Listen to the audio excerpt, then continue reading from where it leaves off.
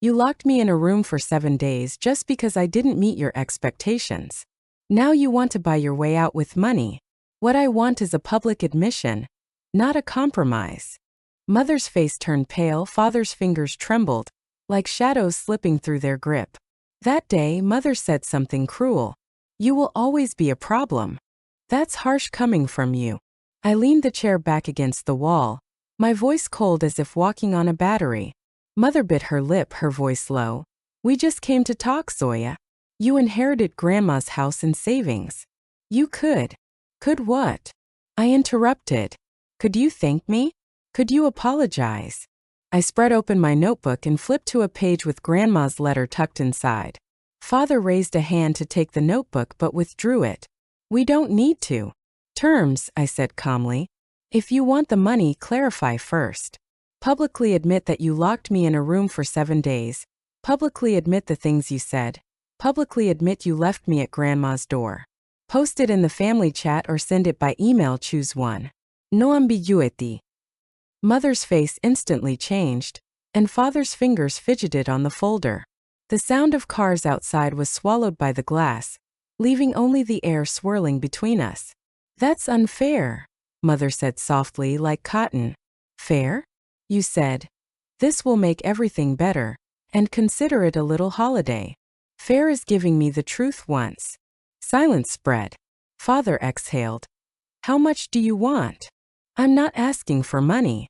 I closed the notebook, my fingers brushing Grandma's name. I just want a public apology. Mother's eyes glistened, father bowed his head, clutching the folder. They looked like paper scattered by a cold wind. Do you remember that day?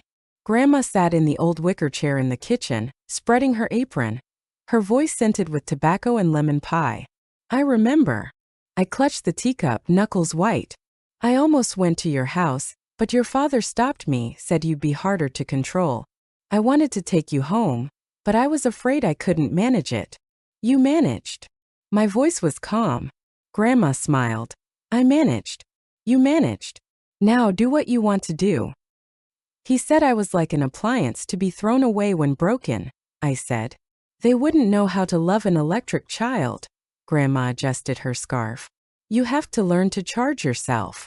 When I was 14, they locked me in a room for 7 days. The lock clicked. Meals were slid under the door. The key hung in their pocket. My knocks and cries were swallowed by the hallway. On the 4th day, I used the breathing exercises from school. On the 5th, I peeked at people's shoes on the street. On the 7th day, they left a note. Pack up, you're going to Grandma's. I didn't cry. Grandma brought me home. In the kitchen, fresh lemon pie. You're sweet enough already. What do you want them to say?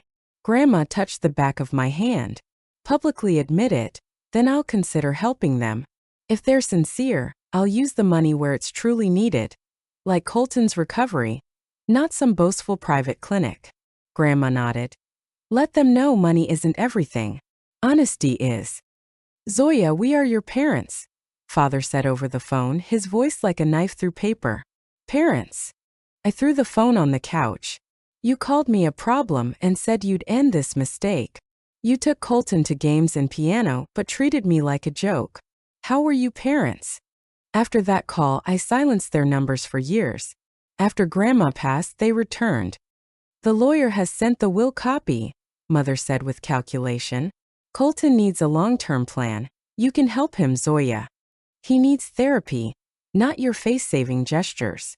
I drew a line on the paper. You want the money? Fine. But first, admit what you did to me. You're too heartless. Father's face flushed. Heartless? Who was heartless when you left me at Grandma's door? They had nothing to say. Shadows danced outside the window. A few days later, Colton stood outside the door. I'm not here for the adults. He lowered his hat. I used to be awful, I'm still awful. They said you have money and could help. You won't apologize in the light, right?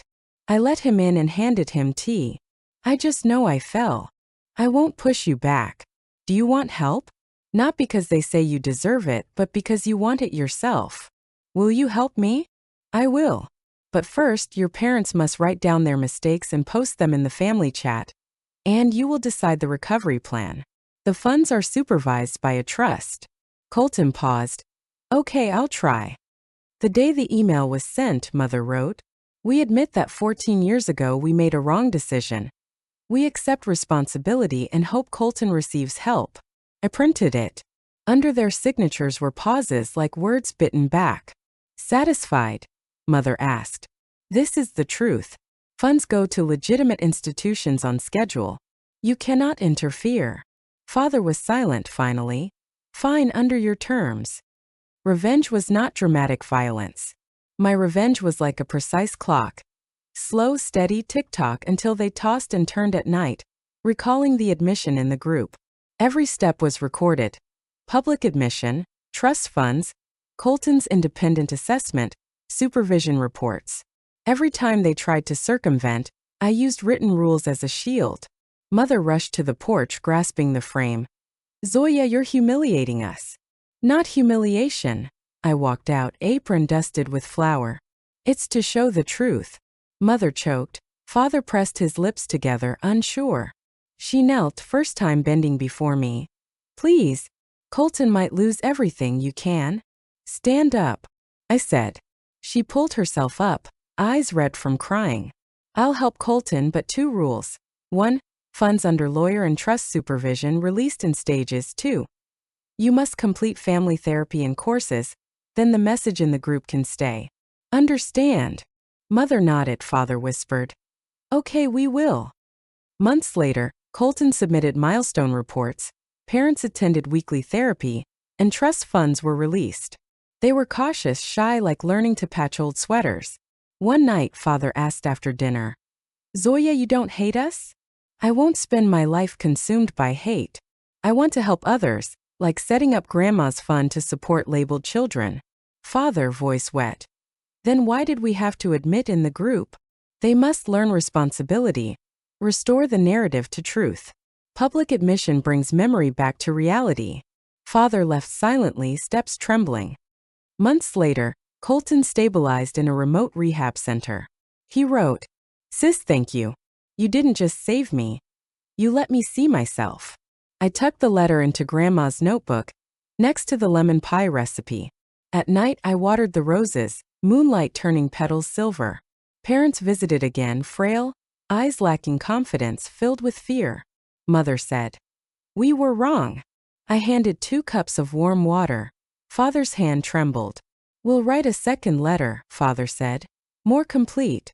We don't ask for forgiveness, just want you to know we're willing to change. The letter's been in the chat for 2 months, I said. Acceptance comes through action. Continue therapy, submit to supervision, no interference with Colton's recovery, regular progress reports. Do this and I will. I stopped sipping water. They nodded, Mother's tears held back. Learning responsibility. Father hospitalized from hypertension complications. I didn't go. Grandma taught me. Help is sometimes presence, sometimes letting go. Mother called. Have you forgiven us? I've learned to water my own plants. I'll extend a hand when you take real action, but I won't be dragged back. Boundaries aren't hate. They're protection. Mother cried long, then calm. Thank you, Zoya. Years passed. Trust funds operated in stages. Colton's life stabilized. Parents continued therapy, sent occasional holiday texts. I kept the door closed firmly to breathe. My life filled with Grandma's recipes, roses, her old apron, and the Evelyn Fund. Relatives asked why I didn't reconcile immediately. I smiled. This isn't revenge, it's repair. Truth is like thread. It must be stitched slowly, not torn. At night, I read Grandma's letters. Don't measure yourself with others' rulers. You're sweet enough. Remember to water the roses. Moonlight glinted on petals like tiny lamps. They will fear until they face themselves, I whispered. Wind carried the scent of flowers like Grandma's embrace. The sound of the old lock became silence in memory. I planted rules in that silence. Boundaries help truth. This is my revenge in my life. Not to make them beg, but to give truth its place, and to show every labeled child that the light supporting them can come from someone once abandoned, yet still choosing to lift others.